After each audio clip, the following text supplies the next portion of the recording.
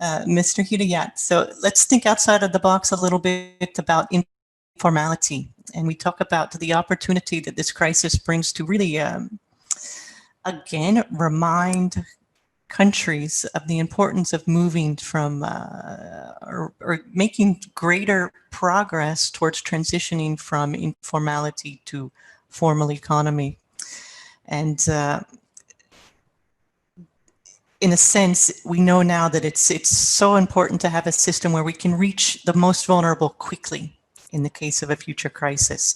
So can you speak a bit about how you think this role of tripartism can help us to accelerate the agenda to tackle the issues of informality? Thank you. Thank you, Sarah. I think that I just want to make a comment about informality. I think the real challenge now is that in all of the sectors we're working with, and with large multinational companies and small enterprises, in agriculture and hotels, we don't see any fundamental change in the nature of employment that would suggest that there's an increase in formalization. I think we're missing this opportunity. There's tremendous government intervention, financial support, livelihood support in some countries that is temporary. And in the absence of a universal basic income and longer term support, people are very vulnerable again.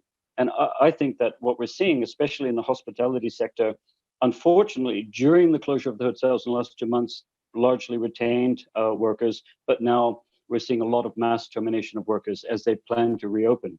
And because of the gender discrimination in work, are predominantly women employed in so-called low-skilled work who are marginalized in those jobs, are most vulnerable, and we have more job losses of women because of that. So I think that I think what's really happening is that there's an informalization taking place. I think there's an increase in informal employment. If you understand informal and formal employment, if the distinction is visibility of the employment relationship and regulatory environment, actually in several countries they're pushing to deregulate. 12-hour days, relaxing labor laws, suspending labor laws in some states. In India, for example, they were talking about. What all that does, while it looks like an attempt to create a better business environment to attract investment and help business recover, what it does is create more informalization. You're removing regulation and you're pushing people into a gray area of an unregulated form of employment. Again, predominantly women, and if I could say something about that, the tripartitism works if people are included.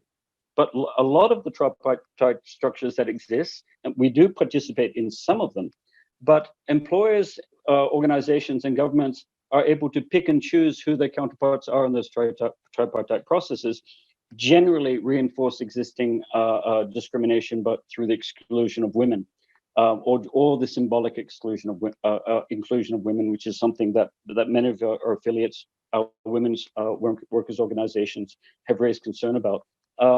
Look, in terms of the value of work and the work that women will do, and in these new jobs and coming into the workforce, here's the point. Yes, if we value the work in food services, in cleaning, in all of that work in housekeeping and so on, predominantly done by women, it should be work that earns a living wage. It can't be one of 3 jobs that you have.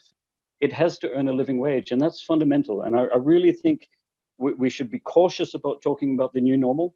We should be cautious to talk about tremendous change, because quite frankly, my responsibility right now is to guide our members through COVID-19 as an occupational disease to reduce risk. I spent the last 72 hours dealing with a spike in sexual harassment in several companies. Sexual harassment, domestic violence, this is what's increasing.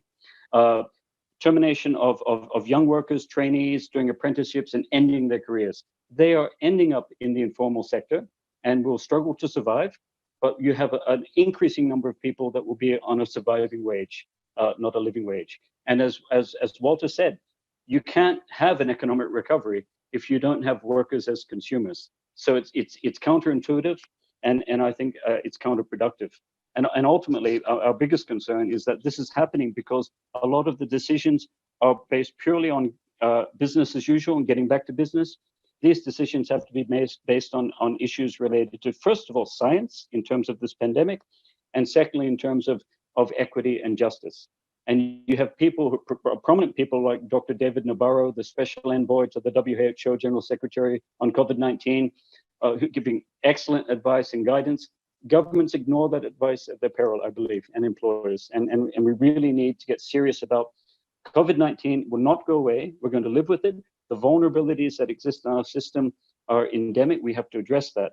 And again, as Walter said, we see a lot of short-term response to what are long-term problems, and we're very worried about this. We believe that a lot of proactive government policy is needed, and certainly our organization is promoting among our affiliates to really push governments in terms of creating jobs, decent jobs, good jobs, and ensuring that young workers, but particularly women workers, can earn a living wage. This is absolutely necessary. Otherwise, everything will be predominantly informalized anyway, especially with the kind of deregulation that a lot of employers are pushing for. Thank you, Hidayat. And I must say, I share your worry, and I feel if we haven't learned lessons from this crisis, then shame on us, right? But okay, let's continue to work together.